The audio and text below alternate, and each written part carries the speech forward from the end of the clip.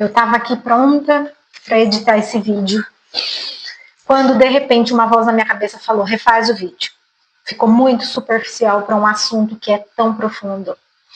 Esses dias me chamaram de inocente. Não foi a primeira vez que me chamaram disso. E sempre que alguém atribui a mim esse adjetivo, o meu emocional dá uma... Sabe assim? Dá uma craquelada, dá uma trincada. Aí eu fiquei pensando muito, porque estou fazendo estudos sociais sobre tudo que eu sinto sobre todas as coisas, é um processo de autoconhecimento meu. E aí isso consiste em pesquisar, né, sentir, pesquisar o conceito daquilo que te causou desconforto e entender e, se possível, ressignificar. Diretamente dos meus sonhos mais loucos para a sua tela, tá começando mais um vídeo desse canal. E nesse vídeo aqui, eu vim falar para você o porquê, quando a gente é chamado de inocente, isso dói. Então, eu fui chamada de inocente durante uma conversa recentemente, e não foi a primeira vez que isso aconteceu, só que assim, sempre sinto um certo desconforto, daí fui entender o porquê, né? E pra gente entender o porquê, precisamos primeiro pesquisar o conceito da palavra. Aí eu elenquei aqui, o que significa ser inocente. É o que não faz mal, não é nocivo, ele é inofensivo. Destituído de segundas intenções, de malícia. Me enquadro nisso? Sim, me enquadro nisso. Não procuro ficar prestando atenção nas pessoas que querem passar a perna, não presto atenção nisso. Quando essas coisas acontecem comigo, realmente é uma surpresa para mim. Eu fico realmente surpresa, chateada, magoada, enfim, dores da vida que acontecem, mas eu não fico pondo foco nisso. Eu realmente não fico prestando atenção se estou ou não sendo inocente, se alguém quer passar a perna em mim ou não, enfim. E também não tenho essa malícia para com ninguém, né? E por que dói, então, né? Porque muitas vezes, quando a pessoa, depende do contexto, tá, gente? Do contexto, da conversa, enfim. Mas muitas vezes a pessoa que te chama de inocente, ela tá, talvez nem ela saiba, mas ela tá invalidando as suas experiências. Ou as suas características, né? A sua bondade genuína. É diferente de ser inofensivo. Inofensivo é outra coisa. Estamos falando aqui da palavra inocente. E outra questão também é o seguinte: nós, na sociedade contemporânea, estamos muito imersos numa valorização excessiva da esperteza, da perspicácia, da malandragem, das segundas e terceiras intenções ali. O esperto é aquele que leva vantagem, sabe? E por isso, quando a gente não se reconhece assim, a gente meio que se desencaixa da sociedade.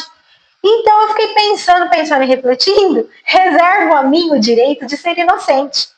E aí existe um outro lado da moeda também, que é quando a pessoa quer ser considerada inocente. Então a pessoa que, por exemplo, cometeu um crime, infringiu uma lei, infringiu uma regra, e está sendo acusada daquilo, está se defendendo de algo, ela não se declara inocente? A gente vê muito aí, fulano se declarou inocente, não sei o quê. Então assim, né? De repente, um momento você quer ser inocente, mas no outro você quer ser o espertalhão. Paradoxos da vida, da sociedade, da contemporaneidade em que vivemos.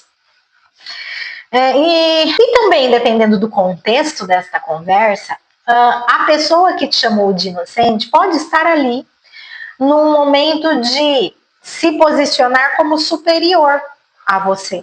Né? Se ela invalida suas experiências e invalida ali tudo que você viveu, suas experiências de vida, as coisas que você passou, até aquilo que você sabe, né?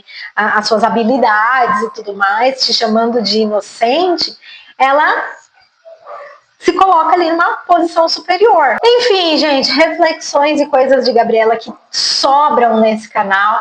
Se você não é inscrito, já se inscreva, curta esse vídeo, compartilha, deixa a sugestão de temas aí. Estou fazendo vários estudos sociais. Vocês estão aqui no novo cantinho, que é o meu escritório, né, onde eu trabalho burocraticamente, coisas detestáveis. Então, estou tentando ali ressignificar esse espaço. Vocês estão conhecendo vários espaços aqui na minha casa, né? A gente já foi lá na cozinha, a gente já foi na sala, agora a gente está aqui no escritório.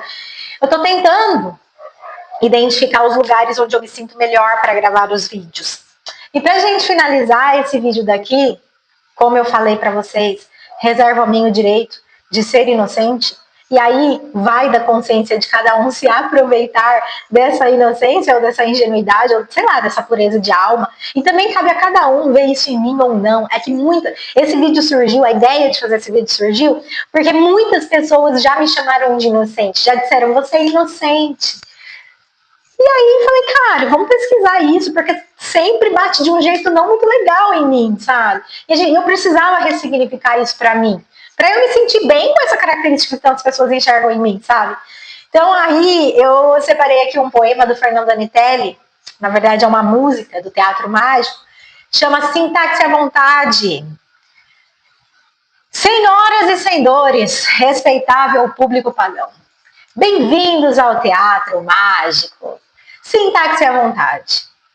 Todo sujeito é livre para conjugar o verbo que quiser. Todo verbo é livre para ser direto ou indireto. Nenhum predicado será prejudicado, nem a frase, nem a crase, nem a vírgula e ponto final. Afinal, a má gramática da vida nos põe entre pausas, entre vírgulas, e estar entre vírgulas pode ser aposto, e eu aposto o oposto, que vou cativar a todos, sendo apenas um sujeito simples.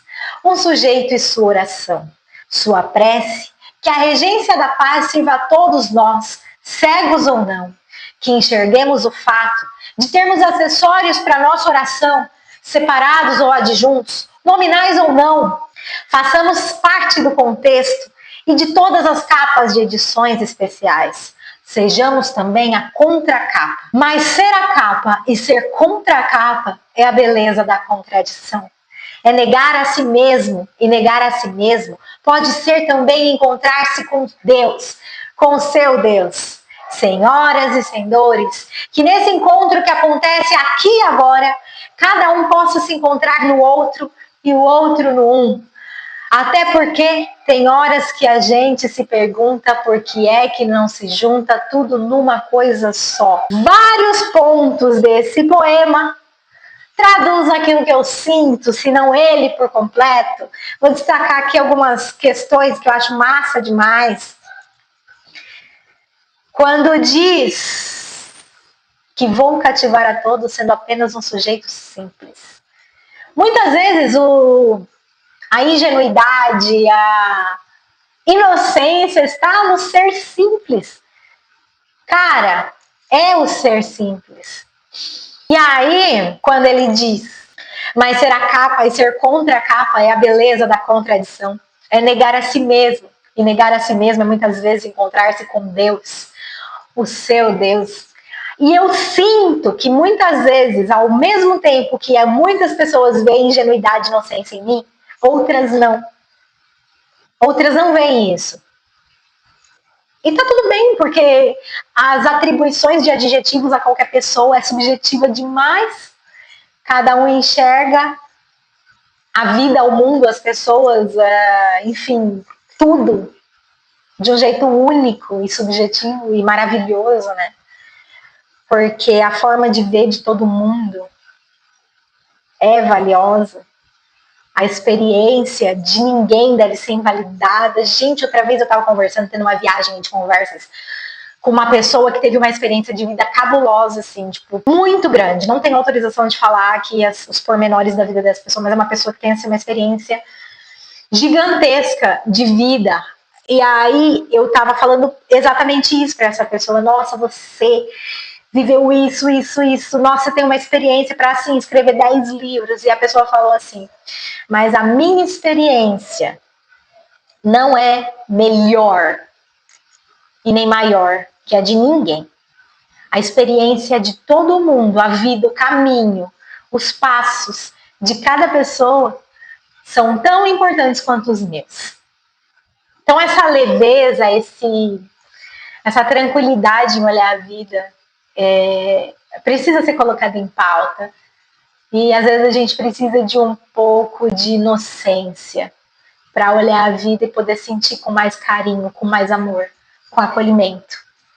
É isso, até o próximo e tchau.